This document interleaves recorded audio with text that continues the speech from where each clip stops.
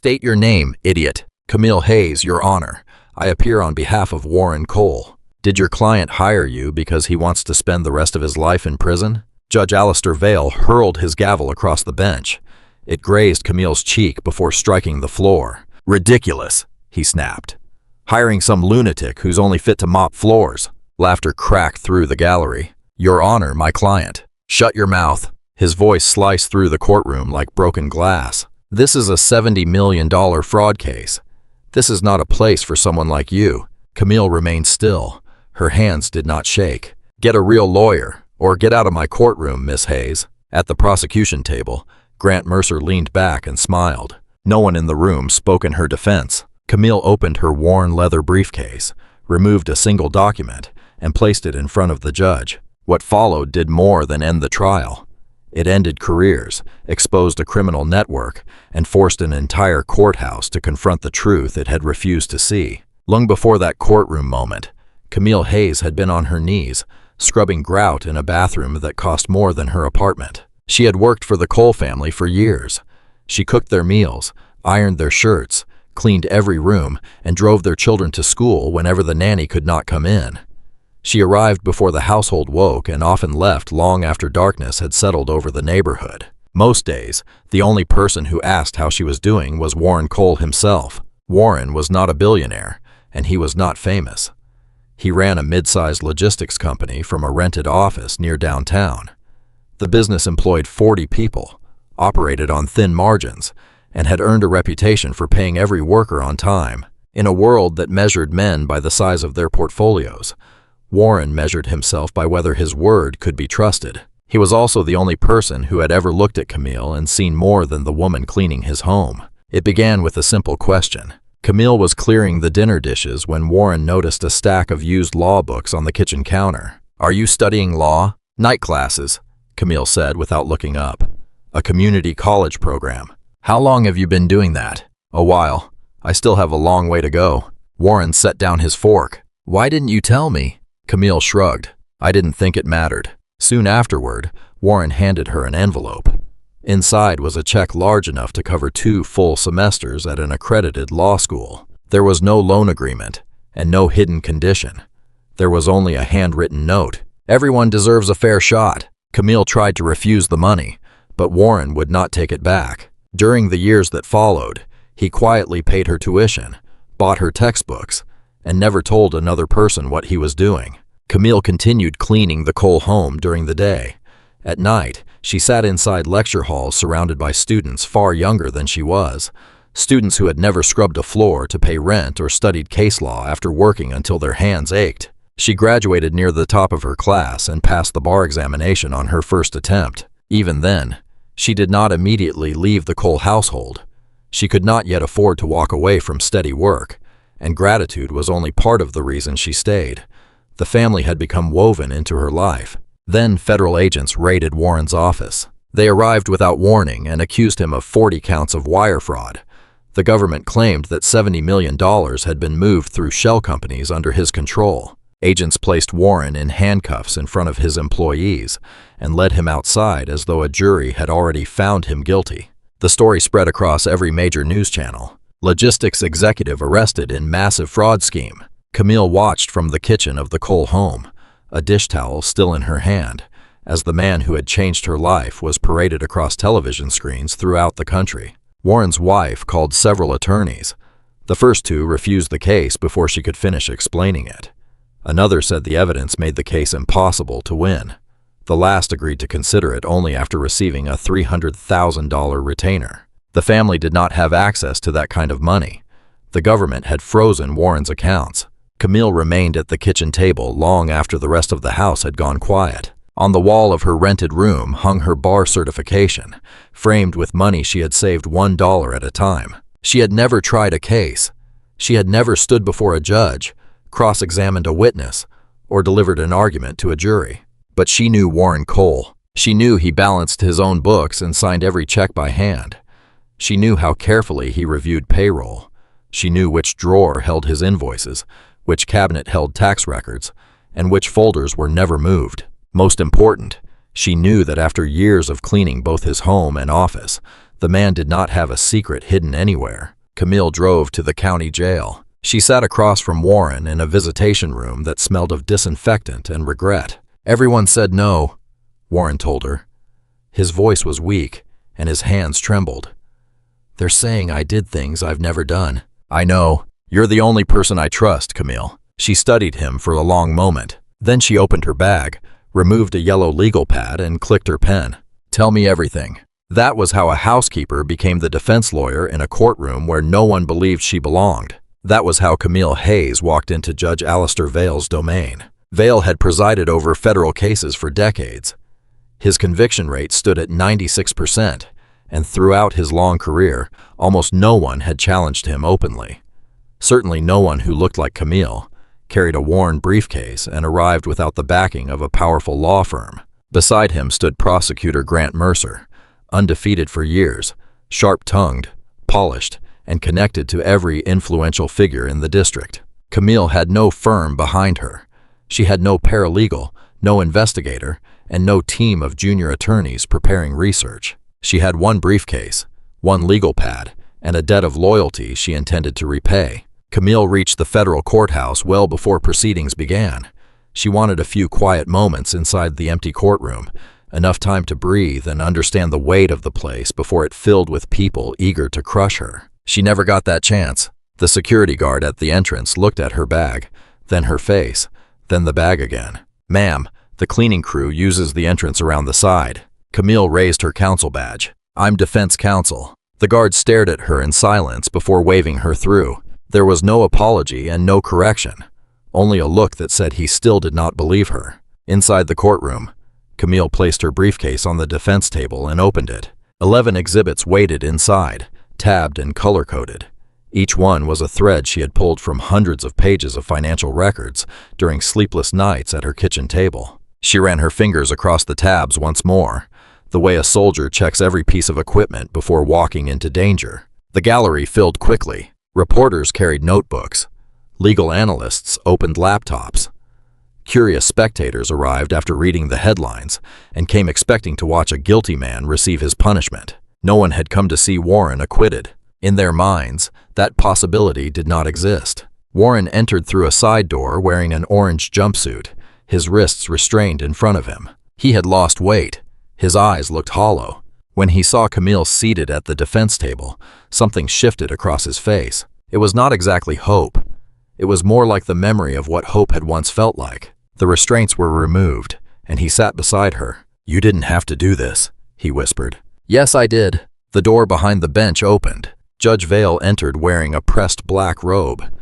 He was tall, silver-haired, and carried himself like a man who owned every breath of air in the courtroom. Years of power had given him the kind of authority that did not need to shout, although he often chose to shout anyway. He sat down, surveyed the room, and fixed his eyes on Camille. That was when he demanded her name, insulted her, threw the gavel, and invited the gallery to laugh. But what happened after the laughter was even worse. Prosecutor Grant Mercer rose to present the government's case. He wore a perfectly tailored suit with silver cufflinks. His voice sounded like a news anchor announcing a verdict that had already been decided. "Your Honor, the United States will prove that Warren Cole organized a systematic fraud involving 40 wire transfers and $70 million in stolen funds. The evidence is overwhelming, the financial trail is clear, and the defendant could not find a single legitimate attorney willing to stand beside him." Mercer paused and glanced toward Camille. "That fact alone should tell this court everything it needs to know." A murmur moved through the gallery. Camille felt the words strike like blows. Not because they were true, but because almost everyone in the courtroom believed them. Judge Vale nodded. "Proceed." Mercer spent a long stretch laying out the prosecution's theory. He displayed charts, timelines, bank statements, and wire transfer records. He painted Warren as a calculating thief who had created a maze of shell companies to steal money from investors. The presentation was detailed and confident. Mercer never looked directly at Camille. He treated her like a piece of furniture that had somehow been placed at the wrong table. When he finished, Judge Vale turned toward her. "Does the defense wish to make an opening statement?" Camille stood. "Yes, Your Honor. Make it brief. This court has already been inconvenienced enough." Camille walked to the center of the courtroom. She carried no notes and stood behind no podium. There was only her voice and the silence waiting for it. Your Honor, the prosecution has presented a compelling story. It has charts, numbers, and a villain. But a story is not evidence. The figures Mr. Mercer presented do not add up. Mercer scoffed. Judge Vale lifted one eyebrow. The indictment claims that $70 million moved through shell companies controlled by my client. The complete financial trail, which the prosecution did not show this court, reveals that $92 million passed through those same companies. That is $22 million more than the indictment explains. Camille paused. Where did the additional money go? More important, who received it? For the first time, the courtroom became truly quiet. It was not the respectful quiet of legal procedure. It was the dangerous stillness of a room that had just heard something it was never supposed to hear. Judge Vale leaned forward. Counsel, are you suggesting that the government's figures are wrong? I'm not suggesting anything, Your Honor. I'm stating a fact, and I have the documents to prove it. Then you will have your opportunity to present them. Sit down. Camille returned to the defense table. Warren looked at her with wide eyes. He had not known about the $92 million.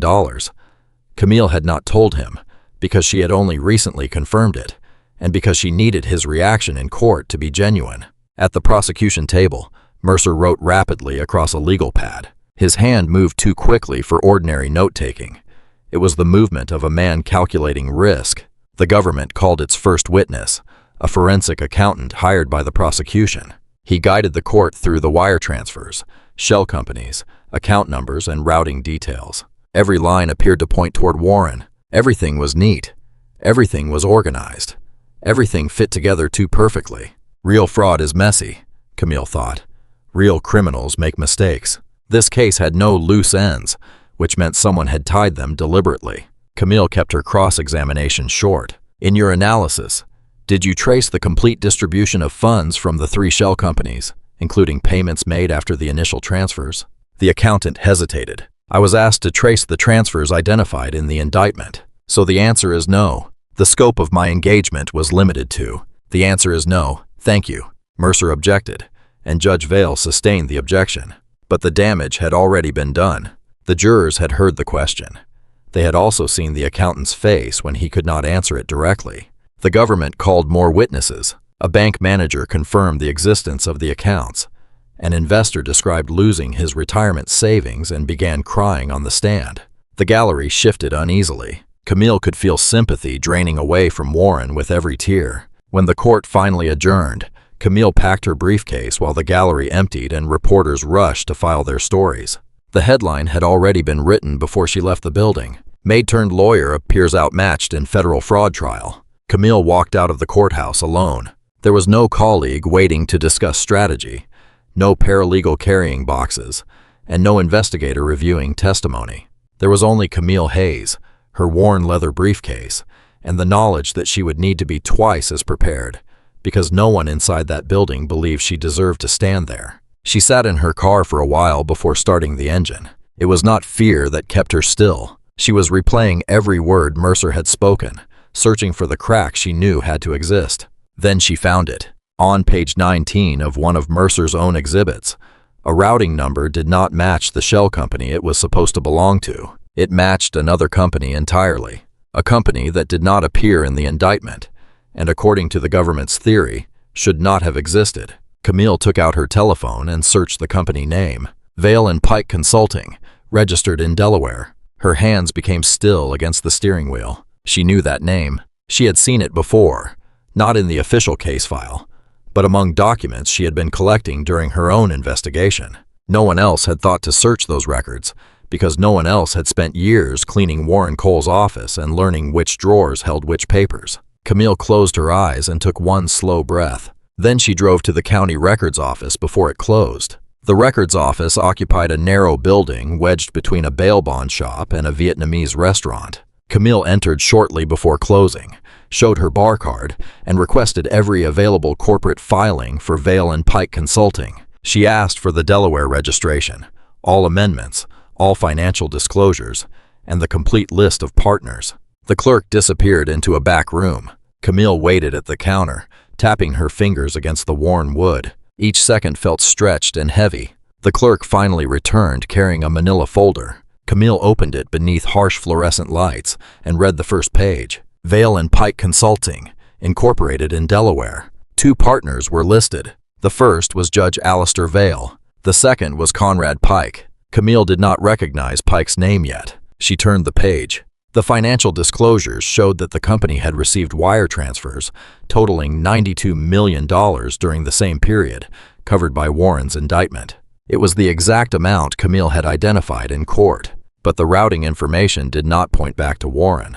It led through a series of accounts and ended at a distribution hub connected to an offshore account in the Cayman Islands. Camille photographed every page in the folder. There were 31 pages, and she did not miss a single one. She drove home and spread the documents across her kitchen table. It was the same table where Warren had once placed the envelope that paid her tuition. It was the same table where she had studied for the bar examination with a highlighter in one hand and a coffee mug in the other. Now it was covered with evidence, suggesting that the judge presiding over Warren's trial was a partner in the very fraud network he was supposed to judge. Camille worked through the night, cross-referencing dates, matching signatures, and building a complete timeline.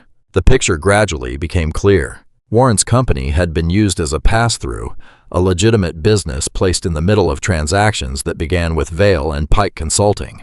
The shell companies named in the indictment had not been created by Warren. They were vehicles designed by someone with access to banking systems, someone who understood how to move money through layers of corporate structures and make the trail disappear. Someone who had done it before. The indictment accounted for $70 million. The true total was $92 million.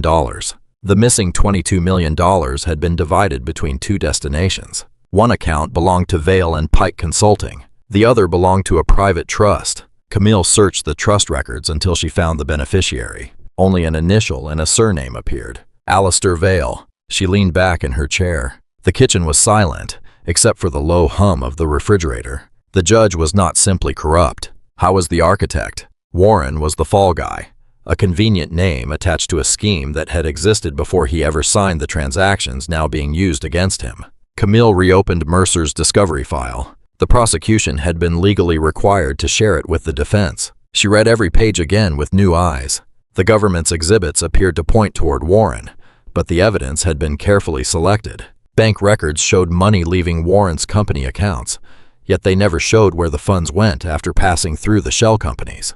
Mercer had ended the trail at the exact point where it would have led away from Warren. He had done it deliberately. Camille opened a new document and organized her evidence. Exhibit A was an independent forensic audit, proving that $92 million had moved, not $70 million.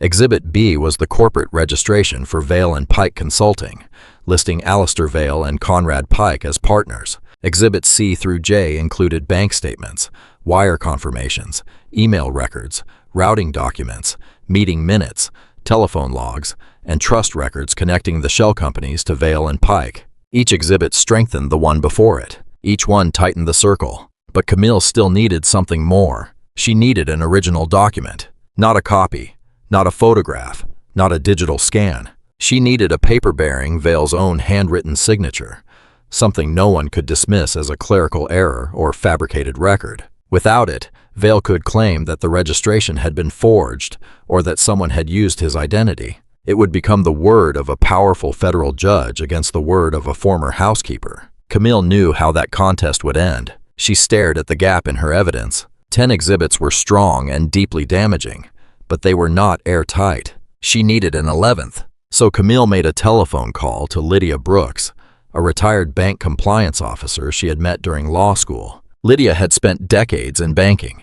She knew every pattern fraud could take, and she had left her last position under circumstances suggesting she had discovered something powerful people wanted hidden. "Lydia, it's Camille. I know it's late. It is very late, Camille. I need your help. I need an original wire transfer authorization bearing a handwritten signature. The transfer moved through the Cayman Islands, and the name on it is Alistair Vale." Silence followed. A long silence. "You're going after a federal judge. He framed my client. Camille, do you understand what happens if you're wrong?" "I'm not wrong. I have 10 exhibits proving the scheme. I only need the 11th. Lydia remained quiet. Then she said something Camille never expected to hear. "I've been waiting for someone to make this call for years." Lydia explained that during her final period at the bank, she had flagged suspicious transfers involving Vale and Pike Consulting. Her supervisor ordered her to ignore them. When she refused, she was reassigned. When she continued asking questions, she was terminated. She filed a formal complaint, but it disappeared without action. Before leaving the bank, however, Lydia copied one document and preserved the original. It was a wire transfer authorization notarized and signed by Alistair Vale in his own handwriting. She had kept it inside a safe deposit box ever since, waiting for someone with a real case and enough courage to use it. "I'll have it delivered to you before court," Lydia said. Camille ended the call and sat alone in her kitchen, surrounded by 10 exhibits and the promise of an 11th. Her hands began to shake, not because she was afraid of the evidence, but because she understood its weight. She was preparing to enter a federal courtroom and accuse the presiding judge of being the mastermind behind the very crime he was trying. She had no law firm, no team, and no safety net. If she failed, she could lose her license to practice law. Warren could spend decades in prison. Vale could remain on the bench, protected by his title and untouched for the rest of his career. Camille stood and walked to the bathroom mirror. The woman staring back at her had scrubbed floors for years, studied law beneath a dim lamp, and endured laughter inside open court. Camille straightened her collar. "They laughed at you once," she whispered.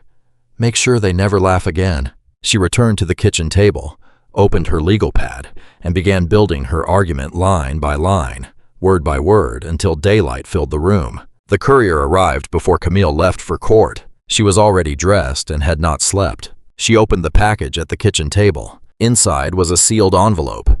Inside that envelope was a single sheet of paper protected by a clear plastic sleeve. Wire transfer authorization. The document had been created during the period under investigation. The amount was $4,600,000. The originating account belonged to Vale and Pike Consulting at a Grand Cayman branch. The destination was a numbered account at a bank in Zurich. At the bottom of the page, written in blue ink, was a signature, Alistair James Vale. It was not a scan and not a digital copy. It was the original document, notarized by a Cayman Islands notary public, stamped and sealed. Camille held the page toward the kitchen light. The ink caught the glow. The notary seal was raised, and she could feel its impression beneath her fingertip. This was physical evidence that could not be brushed aside as a fabrication or an administrative mistake. This was the 11th exhibit. Camille placed it carefully into the final section of her briefcase, behind exhibits A through J. It rested there with the quiet force of the final round in a chamber. Then she called the one person she had deliberately kept out of sight until that moment. "It's me," she said. "I have it. The truth is worse than we thought. I need you inside the courtroom." The voice on the other end was calm and measured. "When?" "Before proceedings begin. Sit in the back. Do not identify yourself until I signal you." "Understood." Camille ended the call. She had not told Warren about this person. She had told no one. Earlier in her investigation, once she understood how far Vale's network reached, she had contacted a federal agent. Proving fraud would not be enough. She needed someone with the authority to act immediately, before Vale could destroy evidence, call powerful friends, or disappear. She needed federal law enforcement already inside the room when the final document was revealed. Camille closed her briefcase. 11 exhibits waited inside, each stronger than the last. The first would make Vale uncomfortable. The 5th would make him afraid. The 10th would trap him. The 11th, the signed original Lydia had protected for years, would end him. Camille checked herself in the hallway mirror. She wore the same simple blouse and carried the same worn leather briefcase she had brought to court before. Nothing about her appearance had changed since Vale called her a maid and ordered her to leave. Everything inside this briefcase had changed. She drove to the courthouse in silence. There was no radio and no telephone call, only the sound of the engine and the weight of what she was about to do. She parked, entered through the same security checkpoint, and faced the same guard. This time, he said nothing. He simply waved her through. Camille reached the courtroom before the proceedings began, placed the briefcase on the defense table, opened it, and checked every tab one final time. A man in a dark suit entered through the back of the gallery and sat in the final row. He carried no briefcase and made eye contact with no one. He folded his hands and waited. The bailiff called the room to order. Judge Vale entered from his chambers, sat down, adjusted his robe, and lifted the gavel. He looked at Camille the same way he had before, as though she were an inconvenience to be endured until the serious work could begin. He had no idea that the serious work had already started. Miss Hayes, the court granted your request to present evidence. I suggest you make it count, because my patience is not unlimited. Thank you, Your Honor. Camille stood, walked to the evidence table, picked up the first folder, and handed a copy to the clerk. I would like to enter Exhibit A into evidence. Go ahead. Make it quick. Camille turned toward the courtroom. Exhibit A is a forensic audit, prepared by an independent certified public accountant. It traces every wire transfer connected to the 3 shell companies named in the indictment. She allowed the room to settle. The prosecution claims that my client moved $70 million through these companies. This audit proves that $92 million moved through the same accounts. That is $22 million more than the indictment explains. Mercer stood quickly. Objection. The defense is introducing figures that are not part of the government's case. That's exactly the point, Camille replied. The government's case is incomplete. Vale's eyes narrowed. Overruled.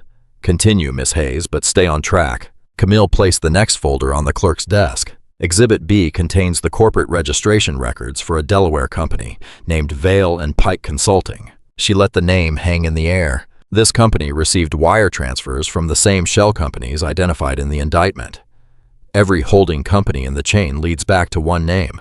Camille placed the document directly before the judge. Vale glanced down. His reading glasses rested near the tip of his nose as his eyes moved across the page. Then they stopped. His lips parted, but no sound emerged. The color drained from his face. Mercer noticed and leaned forward. Your Honor, is everything all right? Vale did not answer. His fingers pressed against the edge of the paper, as though he wanted to push it away without anyone seeing. Camille continued in a voice that was neither loud nor hostile. It was simply precise. Exhibit C contains bank statements tracing funds from the shell companies into Vale and Pike Consulting. Exhibit D contains wire transfer confirmations with routing numbers matching offshore accounts. Exhibit E contains email correspondence between the registered agent for the shell companies and the managing partner of Vale and Pike Consulting. She placed each document on the clerk's desk like cards being dealt in a game whose outcome had already been decided by the facts. Your Honor, the chief financial officer named on these shell companies is not my client. The routing numbers do not originate from my client's personal accounts, and every holding company leads back to the same organization. The courtroom fell silent. It was not the silence of boredom. It was the stillness of people realizing that the floor beneath them had begun to move. Vale found his voice. It was quieter now and tightly controlled. Miss Hayes, these are extremely serious accusations. You understand that presenting fraudulent evidence in federal court carries severe consequences. I understand, Your Honor. That is why every document I've submitted is certified, notarized, and independently verifiable. I invite the court to authenticate every one of them. Mercer rose again. Your Honor, I move to strike these exhibits. This is a transparent attempt to distract from the defendant's conduct. Mr. Mercer, Camille said. Exhibit E contains an email sent from your personal government account to the registered agent of the first shell company, well before the indictment was filed. Mercer froze. His mouth opened, closed, and opened again. That is completely fabricated. Then you won't object when the court subpoenas your email server. The gallery erupted. Whispers grew into voices, and voices became a wave of noise. Vale struck the gavel repeatedly. Order. I will have order in this courtroom. But control had already slipped away. Reporters typed with both hands. A woman in the gallery raised her telephone and began recording. The bailiff looked toward Vale for instructions. For the first time in his long career, the judge appeared to have none. Camille stood at the center of it all, calm and motionless. She had stood the same way when Vale threw the gavel and the gallery laughed. Then, she had remained still because she had no choice. Now she remained still because she had every choice, and she was making them one document at a time. Vale pointed the gavel toward her. Miss Hayes, you are dangerously close to contempt. With respect, Your Honor, suppressing evidence in a federal trial is a felony. I would rather be held in contempt than help conceal a crime. The words landed like a fine crack in a dam. Small, precise, and impossible to reverse. Vale stared at Camille. Camille stared back. Neither looked away. Then Vale slowly placed the gavel on the bench. We will take a recess. He did not say whence the court would return. He simply stood and disappeared through the door behind the bench. The door closed with the sound that echoed across the courtroom like the first fracture in a foundation about to collapse. The recess lasted an unusually long time. Camille did not leave the courthouse. She sat on a wooden bench in the hallway with her briefcase resting on her lap and both hands folded over the leather. She did not check her telephone, and she did not pace. She sat perfectly still, like a woman who had already chosen what would happen next and was waiting for the world to catch up.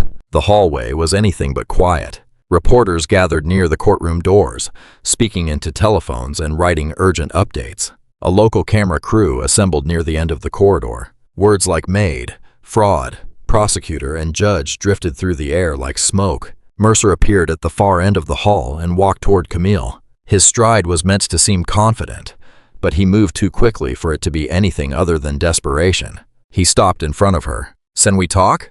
"We're talking." Mercer glanced toward the reporters and lowered his voice. "This has gone too far. There is a way to resolve it without burning down the entire courthouse." "I'm listening." "Your client pleads guilty to reduced charges and receives credit for time served. He walks out immediately. In exchange, you withdraw Exhibits B through E and agree that the remaining documents will be handled in a sealed proceeding." Camille looked up at him. "You want me to bury evidence proving that my client was framed, so the people who framed him can walk free? I'm offering your client his freedom. My client is already free in every way that matters. He did nothing wrong." Camille rose from the bench. She was shorter than Mercer, but the hallway seemed to tilt in her direction. "The only agreement I'll accept is the truth on the record. Every exhibit, every name, and every signature will be presented in open court." Mercer's jaw tightened. "You have no idea what you're doing." "I know exactly what I'm doing, Mr. Mercer. The question is whether you do." He stared at her, then turned and walked away. His footsteps echoed across the marble. Camille noticed something she had not seen before. His hands were shaking. Camille sat down again and opened her briefcase. 6 exhibits remained. The first 5 had cracked the foundation. The next 5 would bring down the walls. The 11th, the original signed authorization from the Cayman Islands, would leave nothing standing. She ran her thumb across the plastic sleeve protecting the final page. Even through the cover, she could feel the raised notary seal. She had checked it repeatedly, but she checked it once more. Then something changed in the hallway. The man in the dark suit stepped out of the courtroom and moved past the reporters without acknowledging them. He approached Camille's bench, leaned closer, and spoke quietly. "We're in position." He straightened his jacket and returned to the courtroom. Camille closed the briefcase and locked both latches. One click, then another. From behind the heavy wooden doors, the bailiff's voice rang out. "All rise." The recess was over. Camille stood, smoothed her blouse, and lifted the briefcase containing 11 exhibits, $92 million in hidden transactions, 2 corrupted public officials, and 1 signature capable of ending everything. She pushed open the courtroom door. Every seat in the gallery was occupied. People stood shoulder to shoulder along the back wall. The camera crew had not been permitted inside, but its reporter sat near the front with a notebook open. The air carried a kind of tension that did not come from entertainment or spectacle. It came from the knowledge that something real was about to happen. Vale was already seated on the bench. His robe was unchanged. His gavel rested in its usual place, but something behind his eyes was different. The arrogance remained. A man does not lose decades of power in a single morning. Underneath it, however, there was something new. Fear. Camille returned to the defense table. Warren looked at her. She gave him one small nod. Vale cleared his throat. "Court is back in session. Miss Hayes, you may continue presenting your evidence." "Thank you, Your Honor. I will." Camille opened the briefcase. Exhibit F contains records from First Continental Bank, showing deposits into an account held by Vale and Pike Consulting. The deposits matched the same transactions identified in the indictment against my client. Vale said nothing. His eyes followed the folder from Camille's hand to the clerk's desk. Exhibit G contains internal emails between the registered agent for the shell companies and a private email address. That address is registered to the presiding judge in this courtroom. Mercer stood. "Objection. This is." "On what grounds?" Camille asked. Mercer opened his mouth, closed it, and sat down. Camille did not pause. Exhibit H contains minutes from a private meeting at the Vale residence before the indictment was filed. Present at that meeting were Judge Alistair Vale, Prosecutor Grant Mercer, Conrad Pike, and the Chief Financial Officer listed on all three shell companies. The gallery stirred. A woman near the front covered her mouth with one hand. Exhibit I contains telephone records showing 143 calls between Mr. Mercer's personal telephone and the registered agent for the shell companies. Every call took place before charges were brought against Warren Cole. Camille placed the records down gently. Years of cleaning homes had taught her something important. The more quietly you moved, the more clearly people heard you. Exhibit J contains statements from a numbered offshore account in the Cayman Islands. This account received $22 million, the precise amount missing from the prosecution's theory. The account belongs to a private trust. The beneficiary is identified as Alistair Vale. Vale gripped the edge of the bench until his knuckles turned white. Miss Hayes, his voice sounded like a blade wrapped in silk. You are accusing a sitting federal judge inside his own courtroom. I strongly advise you to choose your next words with extreme care. Camille looked directly at him. I have chosen them carefully, Your Honor. I considered them night after night at a kitchen table covered with documents that tell a very different story from the one the prosecution presented here. She reached into the final section of the briefcase. Her fingers found this plastic sleeve and the raised notary seal she had checked so many times. Exhibit K. Camille placed it in front of Vale. This is the original authorization for a wire transfer of $4,600,000. The funds moved from Vale and Pike Consulting through the Cayman Islands and into the Zurich account. The document is notarized, certified, stamped, and sealed. At the bottom of the page is a handwritten signature. Camille paused.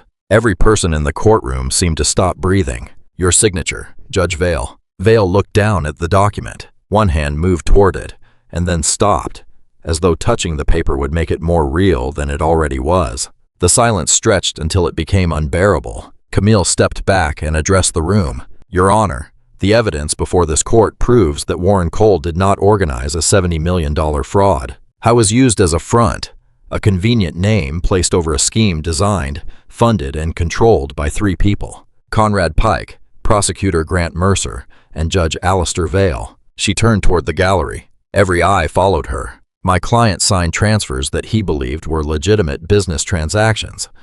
The routing information was altered afterward by people with access to banking systems and enough power to prevent anyone from examining the trail too closely.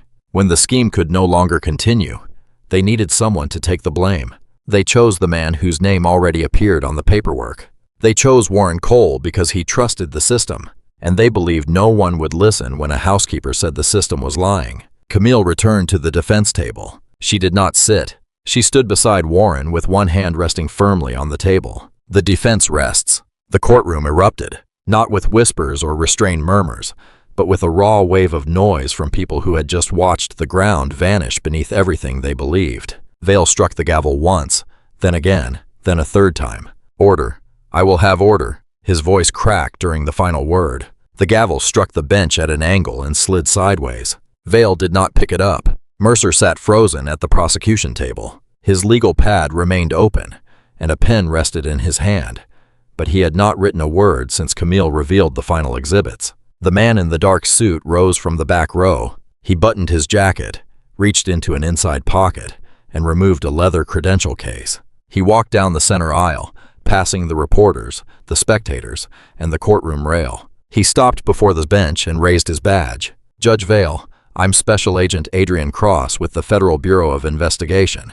Please remain seated. The door behind the bench opened. Two more federal agents entered carrying handcuffs. Vale looked at Camille. Camille looked back. Neither spoke. Special Agent Cross read the charges while the courtroom watched in silence. Judge Alistair Vale, you are under arrest for conspiracy to commit wire fraud, money laundering, obstruction of justice, and abuse of judicial authority. You have the right to remain silent. Vale did not move. His hands lay flat against the bench, palms down, as though he were holding himself in place. The agents waited behind him. One held the handcuffs open. Your Honor, Cross said, please stand. For decades, everyone in that courtroom had risen whenever Alistair Vale entered. Now he was the one being ordered to rise. He stood slowly. The robe fell around him like a garment that no longer belonged to him. An agent reached for his wrist. Vale pulled back for an instant, more from instinct than resistance. Then he extended both hands. The handcuffs closed with a sound that reached the final row of the gallery. Cross turned toward the prosecution table. "Mr. Mercer, you are also under arrest for conspiracy to commit wire fraud and prosecutorial misconduct. Please stand." Mercer did not stand. He remained seated with the pen in his hand, staring down at the legal pad as though something written there might save him. Nothing could. A second agent approached, placed a hand on Mercer's shoulder, and guided him to his feet. Vale and Mercer were led out through the same side door Warren had once entered while restrained. No one in the room missed the meaning of it.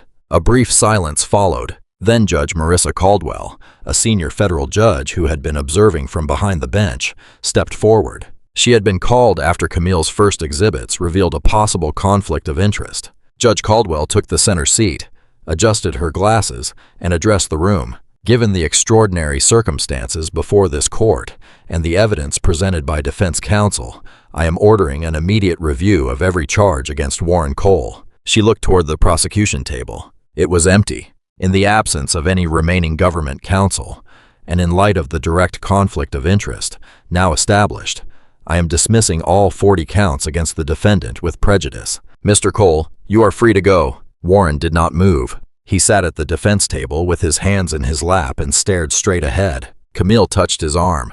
"Warren, it's over." He turned toward her. His eyes were red, and his lips trembled. He tried to speak, but no words formed. Instead, he placed his hand over hers. It was the same hand she had used to scrub his kitchen floor, pack his children's lunches, study law after exhausting days, and open a briefcase that dismantled a criminal network inside a single courtroom. Warren squeezed her hand once. That was enough. Applause rose from the gallery. At first, it came from only a few people. Then it spread row by row until the entire courtroom stood. The same people who had laughed at Camille were now standing for her. Some could not meet her eyes. Camille collected her exhibits, returned them to the briefcase, and closed both latches. One click, then another. The sound was the same as before, but the briefcase felt lighter. The burden had moved from her shoulders into the official record, where it could no longer be denied. Outside the courthouse, the afternoon light was sharp and clean. Reporters rushed toward Camille the moment she passed through the doors. Microphones and cameras surrounded her as questions overlapped. "Miss Hayes, how does it feel to bring down a federal judge?" Camille stopped and looked directly into the nearest camera. "Justice doesn't care what you look like. It cares what you can prove." She said nothing more. Camille walked down the courthouse steps with Warren beside her. Neither of them looked back. Behind them, the courthouse doors remained open. Inside, Judge Caldwell had already begun ordering a review of every recent case Alistair Vale had handled. As investigators examined those records, 14 convictions were overturned. 6 innocent people eventually walked free. Grant Mercer pleaded guilty to reduced federal charges and received an 8-year prison sentence. Alistair Vale was removed from the bench, stripped of his license to practice law, and indicted on 11 federal counts. It was the same number as the exhibits Camille had carried into court. 11 exhibits, 11 charges. The symmetry was impossible to ignore, and the consequences were permanent. The woman Vale had dismissed as a maid entered a courtroom where no one believed she belonged. She left after changing the system from within. After the trial, Camille opened a small law office on the second floor of an aging building a few blocks from the federal courthouse. The rent was affordable, and nearly every piece of furniture had belonged to someone else first. The sign on the door was new: Camille Hayes, attorney at law. Warren had the sign made. He delivered it himself on opening day, carried it up the narrow stairs, and attached it to the door with his own hands. Then he stepped back and studied it with the pride of a father looking at a diploma. "You earned this," he said. "We both did," Camille replied. Her practice focused on one kind of work. She defended people who had been wrongly accused by the institutions that were supposed to protect them. Camille accepted cases other attorneys would not touch. She charged only what her clients could afford, which sometimes meant accepting nothing at all. Before long, her telephone rang faster than she could answer it. The story of the trial had traveled far beyond the courthouse. People began calling her the Maid lawyer, not as an insult, but as a reminder that the woman everyone underestimated had been the only attorney willing to follow the evidence all the way to the truth. News organizations requested interviews. Law schools invited her to speak. A congressional committee asked her to advise lawmakers on judicial accountability and reform. Camille agreed to help the committee. She declined the book offers. She rarely responded to reporters who continued calling. She did not need the whole country to remember her name. She needed the system to understand that someone was watching. Later, Camille stood in another federal courtroom as counsel of record in a case that would establish an important precedent for holding prosecutors accountable. This time, the judge addressed her respectfully by name. Opposing counsel shook her hand before proceedings began. No one laughed. No one questioned her credentials. No one asked which firm had sent her. She was the firm. Far away, inside a federal prison, Alistair Vale sat in a cell no larger than the kitchen where Camille had once studied after cleaning other people's homes. The contrast was not about revenge. It was about consequence. Vale had spent years believing that power placed him beyond accountability. He had mistaken the silence around him for respect and the fear of others for loyalty. In the end, the truth did not arrive wearing an expensive suit or surrounded by a team of famous attorneys. It arrived carrying a worn leather briefcase in the hands of the woman he had mocked. Camille never forgot where her journey had begun. She kept the original note Warren had written when he paid her tuition.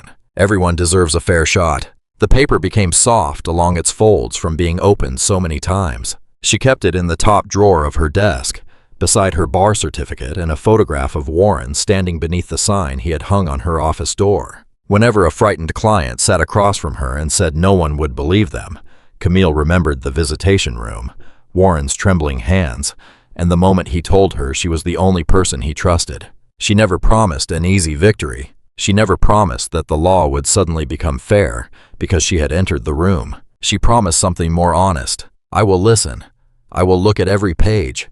I will not decide who you are before I know what happened. For many of her clients, those words were the first real protection anyone had offered them. Warren returned to his company after the charges were dismissed. The business had suffered. Contracts had been canceled. Employees had left. And people who once called him a friend had disappeared as soon as his name reached the news. He could not recover everything that had been taken from him. His reputation had been wounded in public, and innocence did not automatically erase every headline that had called him guilty. Still, he rebuilt slowly. He contacted every former employee who had lost work because of the investigation and offered positions whenever he could. He met with investors personally and answered questions without hiding behind public relations statements. Some people returned, others did not. Warren accepted both outcomes. He understood that being cleared in court did not mean trust would repair itself in a single moment. That knowledge made him more patient with people whose lives had been damaged by accusations they could not easily escape. He began supporting Camille's work quietly, just as he had once supported her education.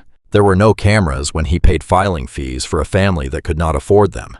No speeches when he helped fund an independent investigator for a man facing charges built on false testimony. He never asked for his name to appear on anything. When Camille thanked him, Warren always answered the same way. Everyone deserves a fair shot. Lydia Brooks also came forward publicly during the federal investigation. For years, she had carried the shame of being pushed out of banking after trying to expose the transactions. She had wondered whether saving the original authorization had been an act of courage or simply a way to avoid admitting defeat.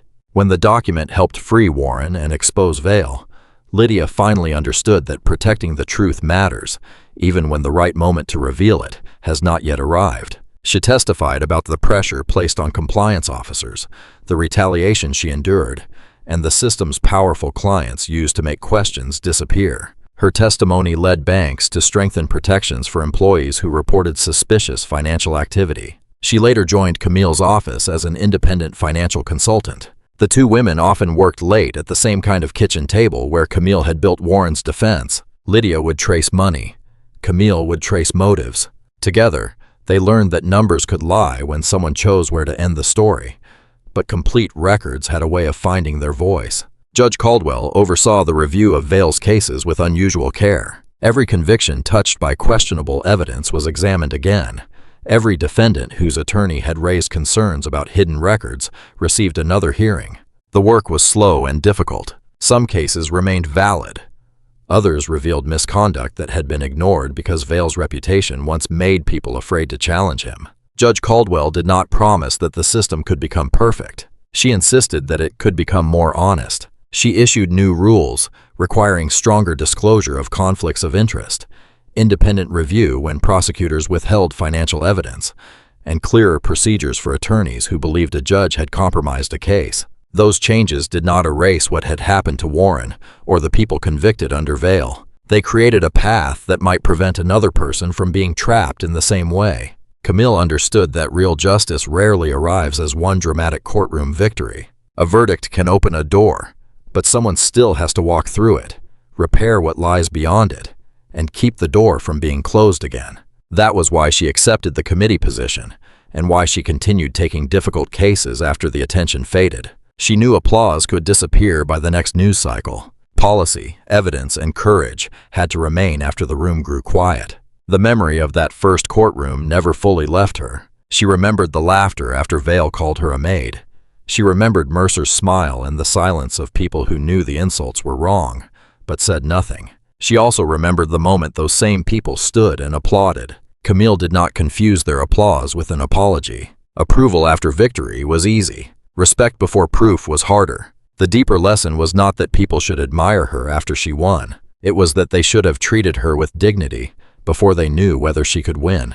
A title should not be required for respect. A degree should not be required for someone to be heard. Expensive clothes, powerful connections, and a famous law firm should never determine whether truth is taken seriously. Camille had been qualified when the guard directed her toward the cleaning entrance. She had been qualified when Vail mocked her. She had been qualified when the gallery laughed. The evidence had not changed her worth. It had only forced other people to recognize what was already there. Warren's role in her life carried its own lesson. He had helped Camille without demanding praise, ownership, or repayment. His generosity was not a contract.